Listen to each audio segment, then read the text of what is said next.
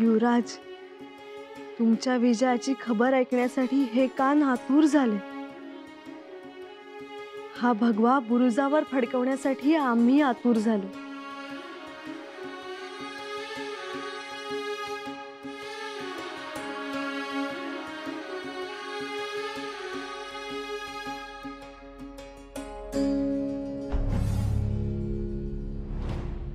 खबरदार. कोण? आम्ही सेनापती आहोत. सेनापती. सेनापती?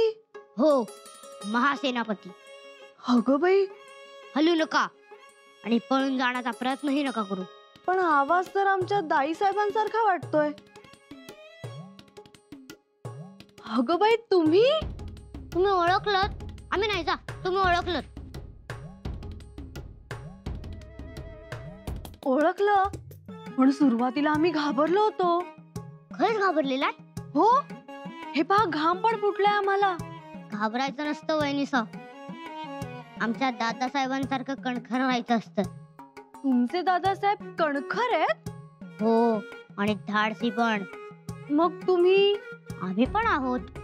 मग मोहिमेवर नाही गेलात? ते घेऊन नाही जात ना आम्हाला, आणि आमच्याशी खेळत पण नाहीत. तुम्ही खेळाल? हो. मानू तलवार? तलवार आहे, पण त्याआधी आपण हा भगवा बुरुजावर फडकवूया. युवराजनी युवराजांच्या विजयाची खबर गडावर आली आहे. अगं बाई, वहिनीसा, आपल्या अगोदर दादासाहेबांनी भगवा फडकवला. हर हर महादेव! दादासाहेब जिंकले! दादासाहेब जिंकले! दादासाहेब जिंकले! दादासाहेब जिंकले! दादासाहेब जिंकले! कळलं का? दादासाहेब जिंकले. फतेह झाली दादासाहेबांची. अहो, नुसतं सांगू नका, तोंड बी गोड करा. हो, करणार. हत्तीवरून साखऱ्या वाटणार. दादासाहेब जिंकले! दादासाहेब जिंकले! ऐकले सनई चौघडे. अहो, कुणाला वाटणार नाही युवराजांच्या हाताखाली लढावं. मला ते वाटते. आनंद झाला. खबर ऐकून कान तृप्त झाले. हो, मोठी गोष्ट घडली. मोठी? अहो, कय्यूम खानाचा किल्ला घ्यायचा म्हणजे सोपी गोष्ट नव्हती. पण युवराजांनी अखेर त्या जंगली अस्वलाच्या नाकात मणी ओवला. घातली वेसण. एकट्या युवराजांनीच घातली? म्हणजे पंत, तुम्हाला शंका येते? शंका नाही, मी त्या कय्यूम खानाला चांगला ओळखतो. भयंकर हिकमती, आणि वरून किल्ला अवघड. पण खेतला, उडवला धुवा. रात्री गरजले, सकाळी दिवस उगवेपर्यंत भगवा फडकवू. तर फडकवला भगवा किल्ल्यावर. आनंद झाला. माझा अजून विश्वास बसत नाही. अहो, विश्वास बसावा अशी घटनाच नाही. बघा ना, युवराजांना बाजी घोलप आणि उमाजी अहिरांची मदत मिळणार होती, पण ती नाही मिळाली. सरलष्कर हंबीरराव ही तिथं पोहोचले नाहीत. आणि युवराजांबरोबर फौज किती? फक्त 2,500. मोठी जोखीम घेतली म्हणायची. युवराजांनी कधी जोखीम घेतली नाही. 9व्या वर्षी जोखमींची आणि त्यांची ओळख झाली ती झालीच. जसं जसं युवराज वयात यायला लागले, तशी ती जोखीम जास्त चांगचटीला येऊ लागली. आम्हाला कळते निराजी पंत. आमच्या म्हणण्याचा अर्थ एवढाच होता की कय्यूम खानाशी लढत ही कठीण होती. शंभूराजे हे स्वराज्याचे युवराज आहेत. त्यांनी जोखीम घेऊ नये. जीव धोक्यात घालणे बरे नव्हे. तेही खरंच. आम्हालाही आनंद होतोय पंत. आम्ही या स्वराज्याचे सुरनीस आहोत, पण आमचा आनंद हा बिबट्यासारखा सावध असतो. तो माकडासारखा हुप हुप करत या फांदीवरनं त्या फांदीवर, त्या फांदीवरनं या फांदीवर उड्या मारत नाही. पण तरीही साध्या साध्या गोष्टींसाठी शंभूराजांनी जीव धोक्यात घालू नये या मताशी मी ठाम आहे. उद्या त्यांच्या मागे बाळराजे आहेत, तेही अशाच जोखीमा घेतील. मी काय म्हणतो, आपण आहोत ना. आपण कशात कमी आहोत? आम्हीही पन्हाळा घेतला होता, तोही एका रात्रीत. फौज किती? 1500 आणि एक कोंडाजी. हो, कोंडाजी फर्जंद म्हणजे कारभारी. जा साखऱ्या वाटा. निराजी पंत या, तुमचं तोंड गोड करतो. सोडा मला, सोडा. कोणाला हात लावताय? सोडा म्हणलं ना.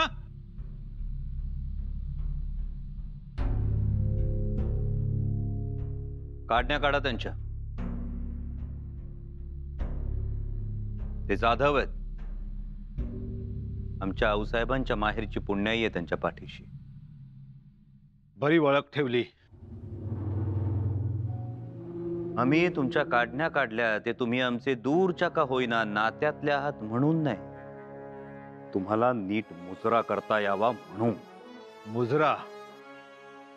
आम्ही मुजरा करणार नाही. करावा लागेल. गुस्ताखी होते आहे. ही मराठी मनसद आहे आणि या मराठी मनसदीचे मराठी तख्ताचे शंभूराजे युवराज आहेत. केव्हा सुधारणार तुम्ही? मराठ्यांचा हक्काचं तख्त निर्माण झाल्यानंतर सुद्धा त्या मोगल सल्तनतीला कुर्निसात करण्यात धन्यता मानता आहात. खरं तर तुम्ही तुमच्या सारख्यांनी महाराजांना बळ द्यायला हवं. महाराजांनी करायचं तेवढं केलं, पळायचं तेवढं पळाले. त्यासाठी केवढ्या खस्ता खाल्ल्या. खाल्ल्या असतील, पण ते का आमचं धनी आहेत भाई? वडील,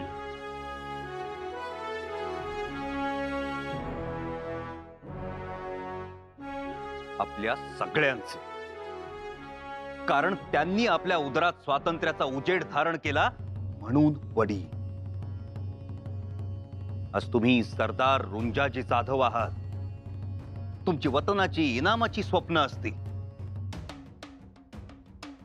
पण महाराजांनी ही अवघी भूमी सर्वांची केली. तुम्ही जे काही करता ते स्वार्थासाठी, वैयक्तिक मोहासाठी, पण महाराज एका सबळ समाजाची, युद्ध राष्ट्राची निर्मिती करतायत. आणि ते कार्य वैयक्तिक मोह, स्वार्थ यापेक्षा खूप खूप मोठं आहे. म्हणून तुम्हाला विनंती करतो, या स्वराज्यात सामील व्हा. नाहीतर आज अंगावरचे कपडे मोगलांचे आहेत, उद्या कपड्याखालचं कातड सुद्धा मोगलांचं होईल. बस करा युवराज, बस. आता बोलू नका, बोल. हो, डोळ्यात अंजन घातलं तुम्ही. तुमच्याजीराव, हा किल्ला आम्ही घेतला असला तरी आजपासून तुम्ही या किल्ल्याचे किल्लेदार आहात. हा, फक्त नीट अंमल बसेपर्यंत आमचे सरदार पिलाजीराव सणस तुमच्या सोबत राहतील. लई मोठं मन आहे तुमचं युवराज. मग म्या तरी लहान का हो? किल्लेदारी, वतनदारी मला काही नको. एक मावळा होऊन या स्वराज्याची सेवा करीन. पण युवराज, एक अट आहे.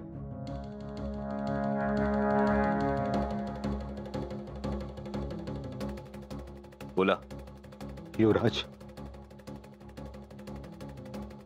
आम्हासनी गळा भेट द्या. तुम्हाला गळा भेट? कदापि नाही. भाऊसाहेबांच्या माहेरचे म्हणून नमस्कार करू तुम्हाला. युवराज,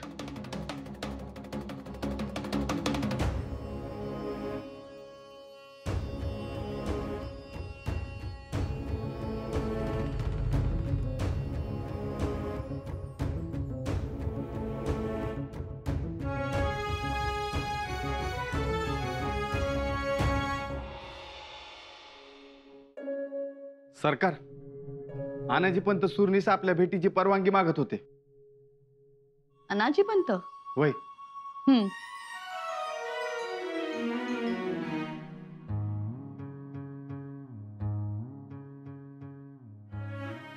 मुजरा महाराणी साहेब.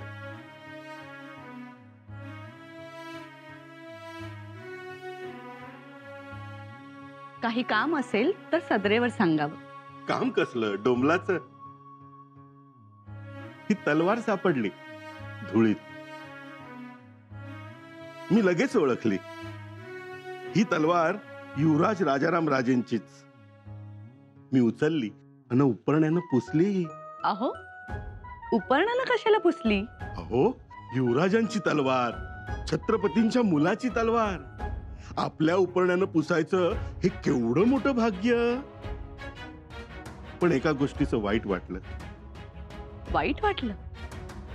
कशाबद्दल? हेच की, म्हणजे शंभूराजे धावणारे पळणारे, त्यांच्या हातून कधी तलवार सुटली नाही, कधी धुळीच मिळाली नाही. या बाबतीत सावध. हो हो, शंभूराजेंना काही तलवारी वेगळं करता येत नाही. तेच वाईट वाटलं ना. थोरल्यानं तलवार गाजवायची आणि धाकल्यानं ती गहाळ करायची. थोरल्याच्या तलवारीस लखलखाट तर धाकल्याची तलवार धुळीत. थोरल्याच्या तलवारीस शत्रूचं रक्त तर धाकल्याची मातीत. अहो, त्यांचे दादासाहेब जिंकून आले त्याचा कोण आनंद झालाय त्यांना. भान हरपून गेले त्यांचं. मान्य, आनंद वाटला, कौतुकही वाटलं. पण आपण शिवपुत्र आहोत हे त्यांच्या आताच डोक्यात बसलं पाहिजे. नाहीतर अनाजी पंत, तुम्ही या आता आणि यापुढे थोरला धाकलेपणा करू नका. नाही करणार. चुकलंच माझं. पहा ना, थोरल्यासाठी बाळ मुठीनं साखर वाटत फिरतायत. पण महाराणी साहेब, या अनाजीचा शब्द, ज्या दिवशी युवराज राजारामराजे असाच एखादा किल्ला सर करतील ना, त्या दिवशी हा अनाजी हत्तीवरून साखर वाटेल. मातोश्री, मातोश्री, सूनबाई. मातोश्री, माफी असावी, पण आज आदाबाई नाही आणि मुजराही नाही. आम्हाला खूप नाचावंसं वाटतंय आणि तुम्हाला घट्ट बिलगावंसं वाटतं. आणखी आम्हाला फुगडी खेळायची वाटतेय. अहो, मग खेळा. हो हो हो, सूनबाई, आम्हाला काय आता तुमच्यासारखं जमणार आहे का? आम्हाला खूप खूप आनंद झालाय. सूनबाई, तुम्ही गडावर आलात आणि अनेक बायका घेऊन आलात. बायका कोण? जयश्री, विजयश्री, यशश्री, राजश्री आणि तेजश्री. खरंच असंच यश मिळू दे त्यांना. हो, पण त्याआधी बाहेर चला. कित्येक दिवस झाले काळजीने महाल सोडला सुद्धा नाही तुम्ही. त्याआधी आमचे देव मोकळे होऊ द्या, तेही महत्वाचं. चला, आम्हाला मदत करा. या.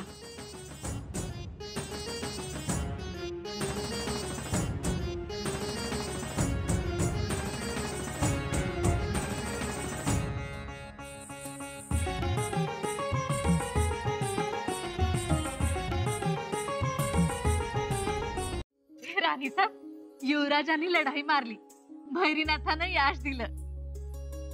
जीव नुसता टांगणीला लागला होता. वय वय, वाणगोड झालं का?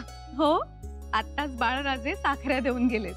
हवं समध्यासनी वाटतायत, जो भेटल त्याला साखऱ्या वाटतायत. खरंच, एकतर त्यांची बाळमूठ एवढी गोजिरी आणि त्या बाळमुठीतल्या साखऱ्या खाताना केवढा हरख होतो. हो, हवं लई कौतुक. अख्खं पीप संपवलं त्यांनी. त्यांनी दिलेल्या साखऱ्यांपेक्षा त्यांच्या चेहऱ्यावरचा आनंद, त्यांच्या डोळ्यातलं शंभूराजेंबद्दलचं प्रेम हे जास्त गोड आहे. हो, वय वय, अव राम लक्ष्मणाची जोडीच जणू. हे त्यांचं प्रेम असंच राहू दे. आम्हालाही दुसरं काय हवंय? अशाच साखर थैल्या गडावर फुटाव्या. पहिल्याने दुसऱ्याच्या पाठीशी आणि दुसऱ्याने पहिल्याच्या पाठीशी उभं राहा आणि महाराजांनी निश्चिंत व्हावं.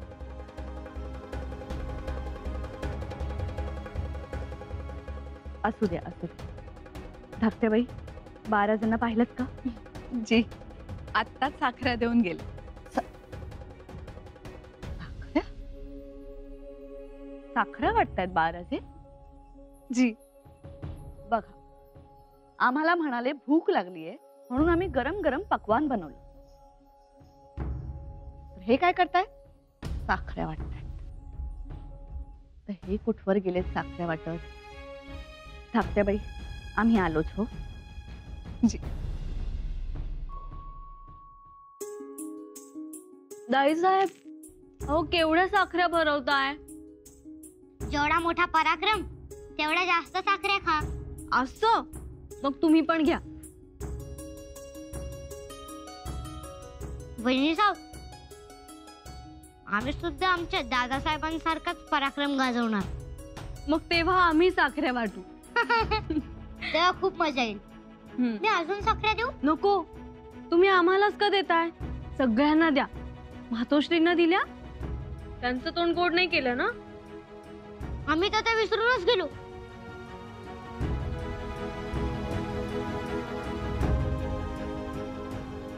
मातोश्री, साखऱ्या घ्या, तोंड गोड करा. सगळ्या गडाला साखऱ्या वाटल्या आम्ही. हो ना, सगळे कौतुक करतायत दादासाहेबांचं. पराक्रमच तेवढा मोठा केला. तुम्हीही त्यांच्यासारखा पराक्रम करा. हो, करणार. आणखी यापुढे साखऱ्या यापुढे वाटत जाऊ नका. का? कारण तुम्ही युवराज आहात. पण दादासाहेबांसाठी आम्ही साखऱ्या वाटणारच. त्यांच्यासाठी वाटा ना, त्यात आम्हाला आनंदच आहे. पण सवय लावून घेऊ नका. म्हणजे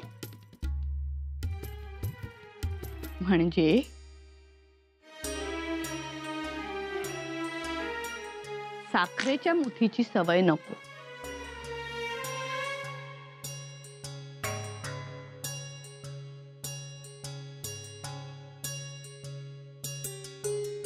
तलवारीच्या मुठीची सवय लावा. तुमच्या दादासाहेबांसारखी. त्यांची जशी वाहवा ऐकायला मिळते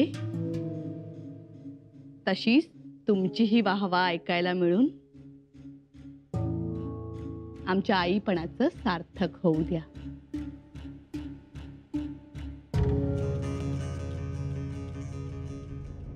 युवराज, सगळं चांगलं झालं. पण युवराज, पण काय? एक गोष्ट मात्र मनास पटलेली नाही. कोणती? म्हणजे युवराज,